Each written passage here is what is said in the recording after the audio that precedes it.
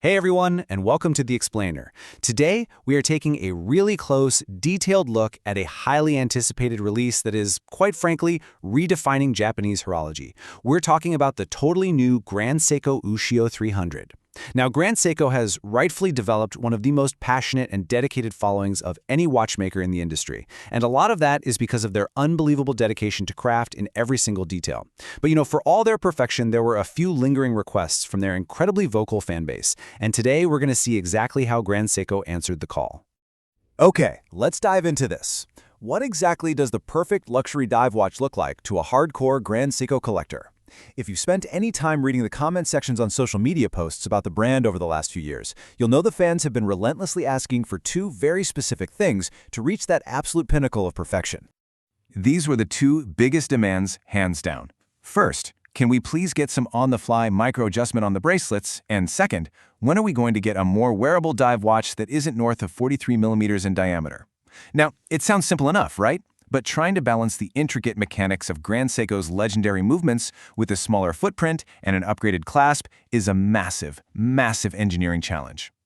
So, here's our roadmap for today's explainer. First, we'll look at the Grand Seiko dilemma, then the UFA movement breakthrough. Third, we'll talk about trimming the dimensions, followed by dialing in the details, and we'll wrap it up with the premium verdict. All right, let's jump right into part one, the Grand Seiko dilemma and how they listened to a very demanding fan base. 43.8 millimeters. That was the massive diameter of the previous Ushio 43 series. Now, these older watches were beautiful, no doubt. They housed the upgraded 9R series caliber with two barrels, giving them an incredible 5-day power reserve. But because of that larger movement space and the absolute need to hit proper water resistance, the watches were just bulky. Add in a lug-to-lug of 51.5 millimeters and a thickness of 13.8 millimeters, and it simply sized out a lot of collectors from actually wearing it as an everyday watch. Plus, while they did have micro-adjustment in the clasp, you literally needed tools to use it. That's just not ideal when you're talking about a luxury diver. Which brings us to part two, the UFA movement breakthrough. This is basically a mic drop in horology. So the crucial point is that you can't magically shrink a watch case, right? You have to fundamentally change the engine that's powering it. Enter UFA, or ultra-fine accuracy. This is an absolutely groundbreaking spring drive innovation. To sum up spring drive quickly, it marries the limitless, battery-free power of a mechanical mainspring with the ultra-high frequency and precision of quartz oscillation. But UFA, it takes this to a whole other planet. It actually incorporates temperature compensation, measuring the temperature 540 times a day to adjust for any variance. It is officially the most accurate watch ever made that is powered by a mainspring, hitting an astonishing plus or minus 20 seconds per year. To put that into perspective, just think about the contrast here.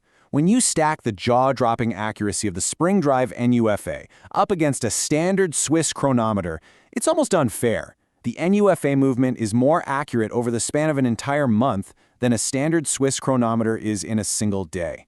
And the funny thing is, Grand Seiko wasn't even asked to make a more accurate movement. The fans just wanted it smaller. But Grand Seiko delivered an entirely new standard of accuracy anyway. But the real magic of this new caliber, the 9RB1, developed at the legendary Shinshu Watch Studio, is how they managed to shrink the footprint. How they do it? Well, they used an offset single barrel instead of two. They flattened out the gear train rather than stacking it. They intentionally moved the power reserve over to the dial side so they could retain a closed, slimmer caseback. They utilized a one-piece center bridge to lower the center of gravity. And they entirely vacuum-sealed the regulation system to protect against humidity and static electricity. The result? The thinnest, smallest professional spring drive diver ever produced. Okay, let's move on to part 3, trimming the dimensions, where precision meets high-intensity titanium. Let's move from those brilliant internal mechanics to see exactly how they translate to the exterior case and the materials. 40.8 millimeters. Because of that brilliant new 9RB1 movement, Grand Seiko shaved off multiple millimeters, delivering the absolute tidiest set of dimensions we have ever seen for a Grand Seiko diver.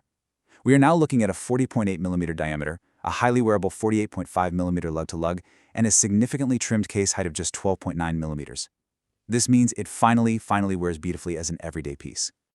And the tactile experience of this case is phenomenal. It's constructed from Grand Seiko's high-intensity titanium, which weighs about 30% less than standard steel, so it feels incredibly lightweight on the wrist, yet it shines with a brilliance that is miles away from your typical matte sort of dull tool-like titanium. The faceted case follows their modern Evolution 9 design language, featuring sweeping, curved lugs and the totally mirror-like perfection of Grand Seiko's masterful Zartus polishing. And get this, despite being smaller, they actually upgraded the water resistance from 200 meters up to 300 meters.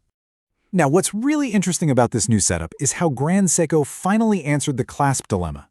They developed a brilliant on-the-fly micro-adjustment system. By simply depressing the extension button, you can add up to 24 millimeters of total length. That is perfect for sliding it over a wetsuit or, just adjusting for a hot summer day without missing a beat. And they added a really fantastic safety feature, a linear red indicator. If you see the red, the clasp isn't locked. Just a simple switch covers the red, securing the clasp. It's a highly engineered, totally tool-free solution. Next up, Part 4, dialing in the details and exploring the stunning Ushio or tied dials. Now that we've covered the mechanics, let's talk aesthetics. Ushio translates to tied, which perfectly describes the incredibly texturized wave motif that gives this watch its character. And this brilliantly illustrates the two stunning colorways available at launch, the SLG B023 in blue and the SLG B025 in green. The blue variant is a deeply cerebral, versatile choice that evokes the deeper, darker waters of the sea. But the green, that suggests the dynamic shallows closer to the shore. The green dial actually utilizes Grand Seiko's optical multi-layer coating technique. Depending on the lighting, that dark green transforms into an almost silver hue right near the center. It is incredibly dramatic and absolutely separates it from the crowd. Against those remarkable wave backdrops, the dial features really pop. Notably, Grand Seiko removed the date complication entirely. Purists rejoice. This gives those jewel-like, beveled, and polished hour indices so much more breathing room. If you take a close look, you'll find a front-facing power reserve indicator resting neatly between 7 and 8 o'clock, and a highly legible handset packed with LumaBright. And of course, you get the mesmerizing, perfectly smooth sweep of the seconds hand that literally only a spring drive movement can provide. And that brings us to Part 5, the premium verdict, challenging the titans of high horology. Let's move to a broader view and see how this builds into the overall luxury watch market. Make no mistake, these are premium, top-shelf offerings from Grand Seiko. The breakthrough of the Ushio Fat technology comes with a higher price tag, meaning this isn't positioned as an entry-level piece. It is entirely isolated from its lower-tier peers. Instead, the Ushio 300 sits shoulder-to-shoulder with the absolute giants of the high horology dive watch world. We're talking elite competition here, like the Rolex Submariner, the Glashütte Original CQ, and the Blancpain 50 Fathoms. Which leaves us with this final thought. The Ushio 300 perfectly answered the demands of the fans, giving us a smaller case and on-the-fly micro-adjustment, but then they went entirely above and beyond with a mic-drop movement boasting mind-bending accuracy. So does this incredible intersection of elite Japanese craftsmanship and unparalleled UFO technology finally dethrone the traditional Swiss diving titans? Well, that's for you to decide. Thank you so much for joining me on this explainer, and definitely keep your eyes peeled for more fascinating deep dives into the world of horology.